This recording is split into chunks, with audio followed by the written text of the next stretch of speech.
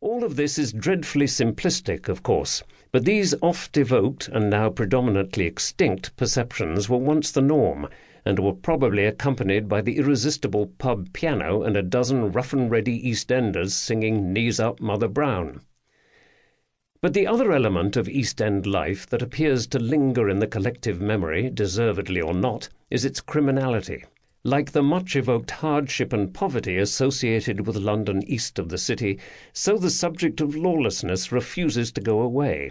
It is somewhat unfortunate that the East End has had a number of high-profile cases which have served to make criminal behaviour a frequent focal point to those who study its history. The legends of Jack the Ripper and the Kray twins continue to fire the public's imagination, and other dramas such as the Siege of Sydney Street and the Battle of Cable Street remain recurrent reference points.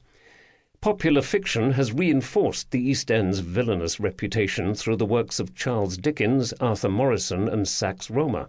Non-fiction, particularly reportage from the second half of the 19th century, kept the reading public abreast of all that was considered morally wanting in this apparently insalubrious quarter. It was the latter material, particularly prevalent during the Whitechapel murders of 1888, when all eyes were peering into London's underbelly, that cemented the East End's reputation for crime and vice in the decades that followed. But whilst the motives for crimes like those perpetrated by the Ripper were less discernible, many examples of unlawful behaviour east of Aldgate Pump had immediately recognisable causes, often as a result of the district's setting within the geography of the metropolis. Its proximity to the city boundaries and the docks provided many situations which could be exploited by the criminal-minded, whether it was through greed, need, or as a result of frictions and tensions such as those surrounding race, religion, or politics. Some episodes naturally escape categorization.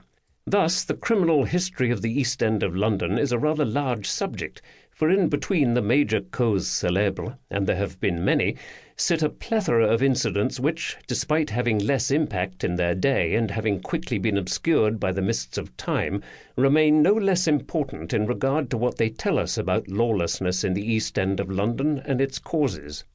But in the same way that the East End defies simplistic categorization in terms of its character, so it possesses unclear borders.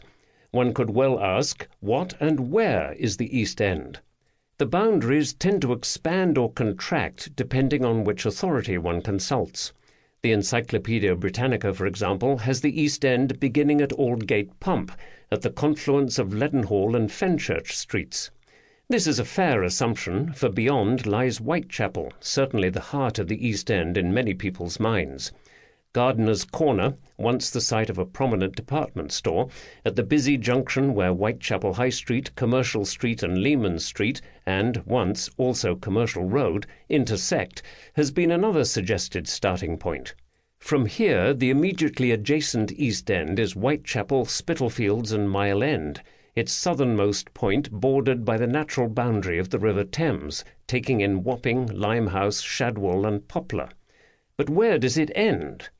It is here that the East End becomes more than just a physical entity. Robert Sinclair emphatically stated that "I see no reason to use the phrase East End unless very exceptionally to indicate the sense of somebody's mind." This concept of state of mind is a perceptive one.